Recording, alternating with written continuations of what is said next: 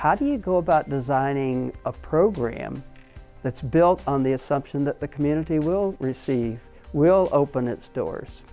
And out of that grew what we called the Community Participation Initiative. And the focus was assisting individuals with disabilities and assisting community agencies to make it possible for people with disabilities to participate in the same programs that people who don't have disabilities take part in. Part of our goal is to help people become as embedded and connected and involved in their communities as possible. Our organizations fit together very well. While we provide specialty services, we still want people to be involved and connected to their community in the most natural and typical ways possible, just the same way you and I would be. There's an ongoing process of thinking, projecting, acting, and then reflecting on it, and then doing the same thing over again. Community mental health staff are experts in mental health and specialty services. Arcadia provides the expertise in community, how to connect and be partners in your community, how to be involved, and that's the expertise that Arcadia brings to our system. The three focal points of what we're attempting to do is to help the individual get involved in relationships that are meaningful to him or her. Secondly, we're attempting to create support for an individual so that he or she can take part in a competitive employment situation. And the third thing is to help a person live in a setting that's typical, that's tied to the rest of the community and not further set apart because of the disability. The folks from Arcadia Institute, because they're so passionate about what they do, really work hard and fast to get those doors open, to help make those connections, and to help transfer the relationships that the brokers have developed in the community, both to the staff and to the person who's receiving services. The role of the Arcadia Institute in that was to be the coach, to help the individual participate, to help the agency make some adaptations and accommodations. What we're seeing, especially for young people coming to us, is that they're valuing and wanting a life in the community, and Arcadia helps us get them there. Not a separate life in the community, but a fully included life in the community. And that's the big difference we're seeing. The Arcadia staff go out and make the options that the child and family want available through teaching, mentoring, and transfer of relationships. We've had very strong support from Kalamazoo Community Mental Health and Substance Abuse Services. We are working with a little over 30 people in community brokering at this point. Over the next 5 years, I'd like to see us increase that number by 5 times. People who work here are not experts in disability. They're experts in community building, if anything. They're really the ones that know how to do that far better than I. I'm almost like a spider that's creating a web. Arcadia Institute is the center of the web, and I'm sort of the person that's weaving the web and connecting people to each other. When somebody comes to us and is interested in community brokering or even community participation, I have to have an understanding of how they can access community mental health services. When I moved here, I really wanted to understand what was going on in my community, and I spent a lot of time poring over the papers regularly and just getting myself involved in a lot of different organizations. One of the things that I really appreciate about Arcadia is my job title is that I'm an administrative assistant, but I feel like I'm included in thoughtful planning of the programs. I feel like I've always been included in whatever we're working on. I feel like the impact that I've had could go way beyond the job description of administrative assistant. One thing that I think is really exciting in the work that we're doing now with brokering is some of the partnerships, particularly around employment and meaningful engagement, are really growing.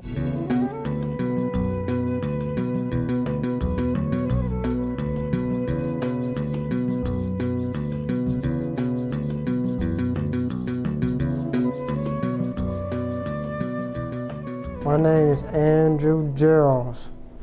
My broker named Jennifer Goodwill. She can help me find a job and all. Andrew is a wonderful person. He is someone who's very focused. He really knows what he wants out of life. His education is something that's extremely important to him as well. I went to KVCC, took up math, Then I took a welding class. We've been able to come alongside him and support him in just choosing a path that will get him closer to where he wants to be with his education. And so he has a part-time job right now where he's working at Humphrey Products. It wasn't that hard for me and stuff because I'm a quick learner. They trained me on the machine and I just got better at it. It's not specifically related to welding yet, and so when I met Arcadia and Jennifer Goodwill, and my life seemed so much easier because I had someone there for me.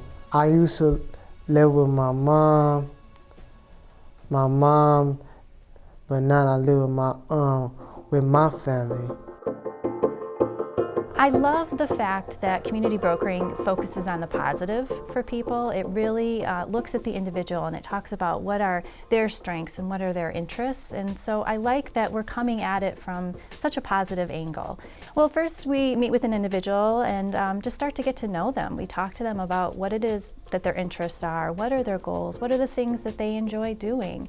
And then we start talking to them about preparing to do a map or a plan or a path for their life where we can bring their community together, who it is that they know in the community that are supportive and encouraging of them. And we invite them to come and participate in a meeting where we talk about the individual's goals and interests, and we talk about their strengths and their gifts, and we actually put together action steps to help leading them toward their ultimate dream and their goals.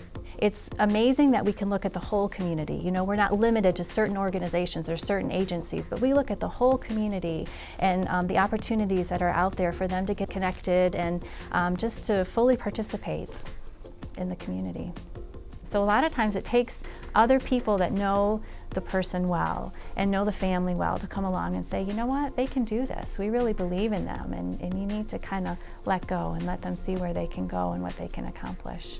By design, we don't come into this with expertise on disabilities, and that's a really great thing because we also don't come into it with specific expectations about what the person can or can't do. It's for the benefit of all of us, having the diversity and the inclusion of everybody contributing to the community. It strengthens every one of us. So I'm grateful for the opportunity to be a part of that and to play a role in that. It's really exciting.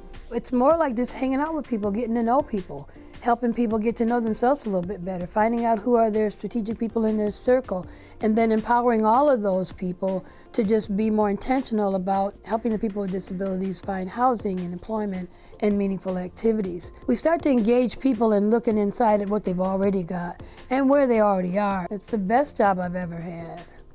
I've always had a heart for youth, I've had a heart for people, and I myself am a person with a disability.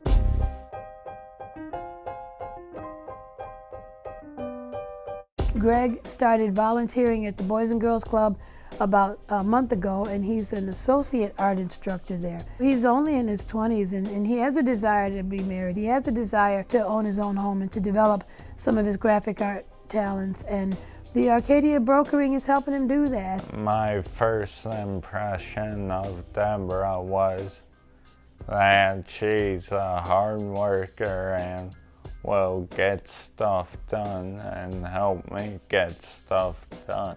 I seek enjoyment in art and being on my own.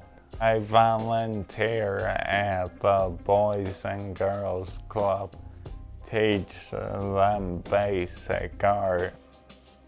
My future goals, I see myself taking my art and traveling all around the world. Arcadia, without them, I would probably still be at home. Arcadia's out there to help all of us find a way to be who we want to be.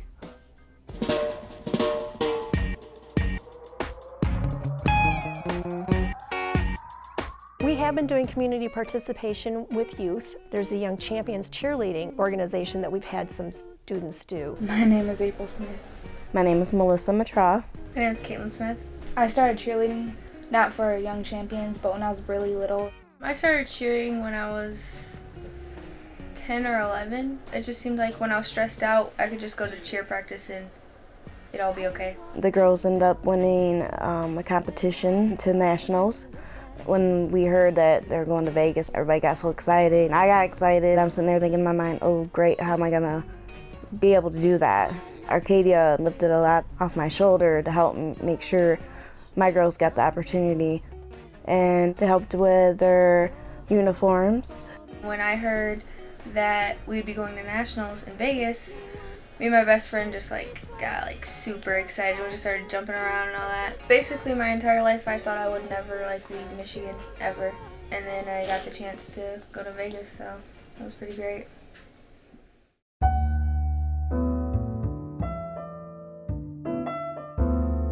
My name is Lawrence and I work at Project Search. It teaches us how to get a job in the future. My goal is to learn how to read. I did not know how to help him with his problems. I want to see what he can achieve, but it's not easy for me.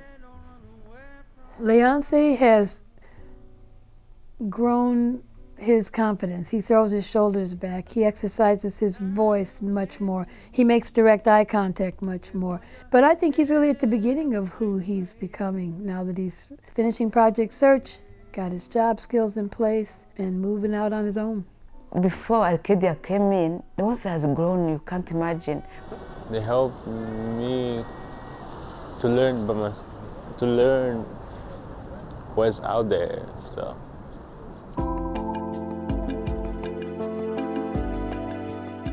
The part of brokering that says, once you have your people and your places and your things in place, you can begin to navigate with the confidence that you didn't have before, and you start being in the driver's seat. Erica's almost there.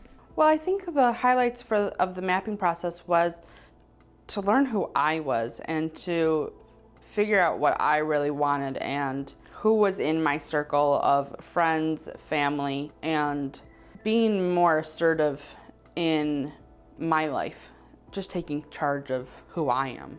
Arcadia really focused on honing in on what her life goals were and really focusing on what she wanted in her life.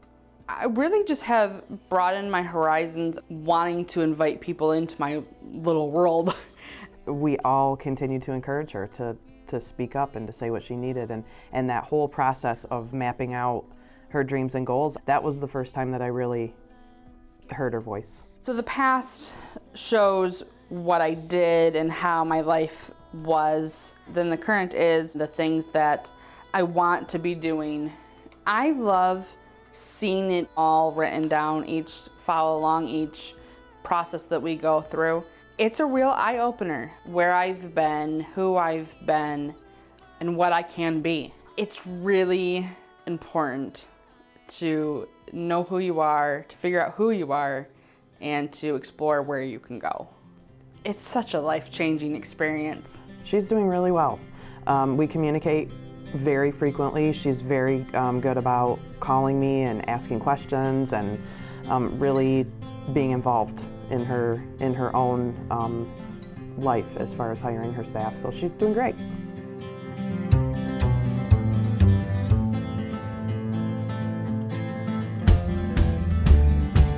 We're just really cracking the tip of the iceberg, especially for non-speaking participants. Andrew, of course, being nonverbal, we sense at times he becomes a little frustrated, and I think he's become a little withdrawn over the years at not being able to communicate. We have a way of communicating through basic sign language, and I think he's gotten comfortable with that. Now we have an iPad where we're trying to get him to use that as his communication device. Arcadia has been very instrumental in helping us to kind of paint a picture as to unlock Andrew's communication possibilities, and I think that we're headed in the right direction.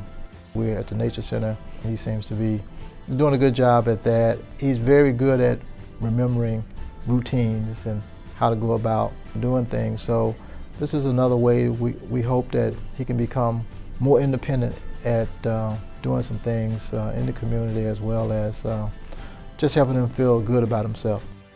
Andrew will overcome this obstacle.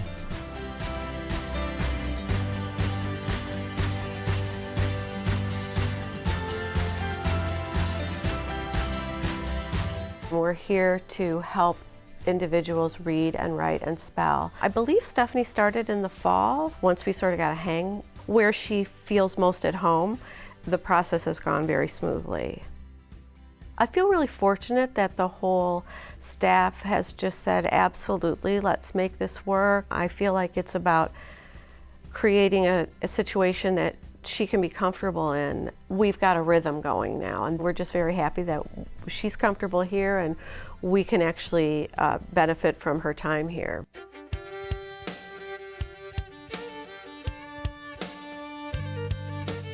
I gave a call to Arcadia Institute and we started going to the meetings during the summertime so Steffi could become acclimated with what was going on, and our broker was assigned, Jennifer Goodwill, who is awesome. Stephanie is not real likely to go with people or talk to people.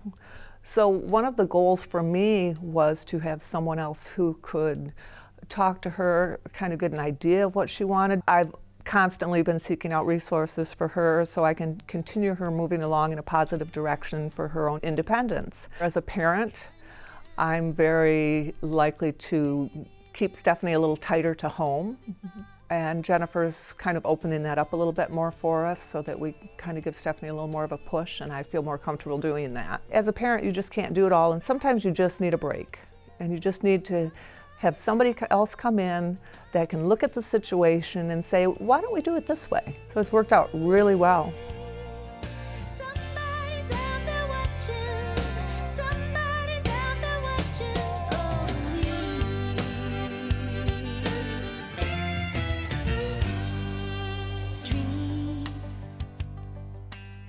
People with disabilities make good communities better.